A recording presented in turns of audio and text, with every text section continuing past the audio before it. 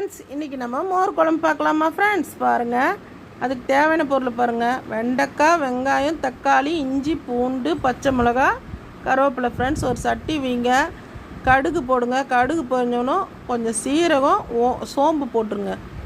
அது போட்ட பாருங்கள், சீரகமும் சோம்பும் போட்டிருக்கேன்.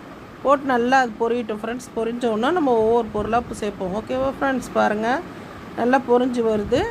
இப்போது நம்ம வெங்காயத்தை, இஞ்சி, பூண்டு, பச்சை மிளகாய் போட்டுக்கோங்க ஃப்ரெண்ட்ஸ். அது போட்டு நல்லா வதக்குங்க. வதக்கின பிறகு அதுக்கப்புறம் வெங்காயம், தக்காளி, வெண்டைக்காய் எல்லாத்தையும் போட்டு வதக்குவோம். சரிங்களா? ஏன்னா இஞ்சி பூண்டு கொஞ்சம் நல்லா வதங்கட்டும்னு சொல்லிட்டு அது வதங்கினா நல்லா வாசனையாக இருக்கும். ஸ்ரீபணி தச்சனை சப்ஸ்கிரைப் பண்ணிக்கோங்க, பெல் பட்டனை அழுத்திக்கோங்க. பாருங்கள் ஃப்ரெண்ட்ஸ், நல்லா இஞ்சி பூண்டு வதக்கி வந்துச்சு. இப்போ நான் வெங்காயம் கொட்டுறேன். வெங்காயத்தை கொட்டிட்டு தக்காளி போடுறேன். தக்காளியை போட்டு கொஞ்சம் நல்லா வதக்கிட்டு அதுக்கப்புறமா வெண்டைக்காய் போடணும். ஓகே ஃப்ரெண்ட்ஸ், நல்லா தக்காளி வெங்காயத்தை வதக்குவோம். கொஞ்சம் உப்பு போட்டுக்குவோம், நல்லா வதங்கும்.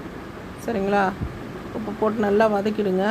வதக்கி இது செஞ்சு பாருங்கள் ஃப்ரெண்ட்ஸ், உடம்புக்கு ரொம்ப நல்லது, நல்லா டேஸ்ட்டாக இருக்கும். தேவைன்னா கூட நீங்கள் தேங்காயும் பச்சை மிளகாய் அரைச்சி கூட போட்டுக்கலாம். சரிங்களா? நான் போடல, எனக்கு இதே பிடிச்சிருக்கோம். இது காலையில் செஞ்சிருது 5 மணிக்கு, மதியானத்துக்குள்ளே கெட்டுரும் தேங்காயும் பச்சை மிளகாய் அரைச்சி போட்டால். அதுக்காக நான் வெறும் மோர் குழம்பு சும்மாவே செஞ்சுருக்கேன். சரிங்களா? வீட்டில் உடனே சாப்பிட்ற மாதிரி இருந்தால் நீங்கள் தேங்காய் பச்சை மிளகாய் அரைச்சி போடுறேன். வெங்காயம் தக்காளி நல்லா வதங்கிச்சு ஃப்ரெண்ட்ஸ். இப்போ நான் வெண்டைக்காய் கொட்டுறேன். வெண்டைக்காய் கொட்டி நல்லா வதக்குங்க. வெண்டைக்காய் இதில் போட்டு சாப்பிட்டா நல்லாயிருக்கும். மஞ்சத்தூள் தேவையான அளவு போடுறேன். நல்லா வதக்கிக்குவோம்.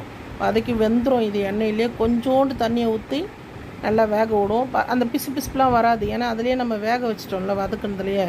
பாருங்கள், இப்படி பிசு பிசுலாம் வரல. நல்லா சும்மா கொஞ்சம் ஒரு 5 நிமிஷம் மூடி போட்டு வைங்க. அது நல்லா வெந்து வந்துடும். அதுக்கப்புறமா நம்ம தயிரை கலக்கி ஆஃப் பண்ணிவிட்டு தயிரை கலக்குவோம். ஸ்டவ் எரியும் போது தயிர் கலக்கக்கூடாது. சரிங்களா? தெரிஞ்சிடும். ஸ்டவ்வை ஆஃப் பண்ணிட்டு தயிர் போடுங்க. இப்போ பாருங்கள், நல்லா சுண்டிடுச்சு. ஸ்டவ் ஆஃப் பண்ணிட்டேன். என்னோடய கடாய் அது ஈய கடாவி, கொஞ்சம் கொதிப்பு இருந்துன்னே தான் இருக்கும், சூடு அதிகமாக இருக்கிறதுனால. சரிங்களா? அதனால் அதில் போட்டு நம்ம கிண்டிக்குவோம். தயிர் போட்டுருவோம். இப்போ நல்லா சுண்டிடுச்சு. அவ்வளோதான், ஆஃப் பண்ணிட்டேன் ஸ்டவ்வு.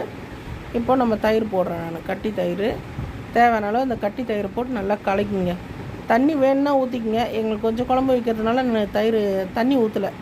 சரிங்களா? அப்படியே அந்த தயிர்லேயே கலக்கி நான் வச்சிடுறேன். இது வீட்டில் போட்ட தயிர் தான். மோர் குழம்பு ரெடி ஆகிடுச்சு பாருங்கள். கொதிக்க வச்சு இறக்கிட்டேன். இந்த மோர் குழம்பு செஞ்சு பாருங்கள், எப்படி இருக்குன்னு எங்களுக்கு கமெண்ட் பண்ணுங்கள் ஃப்ரெண்ட்ஸ். இது நல்லா டேஸ்டியாக இருக்கும், ஹெல்த்தியாக இருக்கும். பாருங்கள், என் பொண்ணுக்கு சாப்பாடு கட்டுறேன். கொத்தரக்காய் பொரித்து சாப்பாடு கலக்கி மோர் குழம்புல. Bye friends.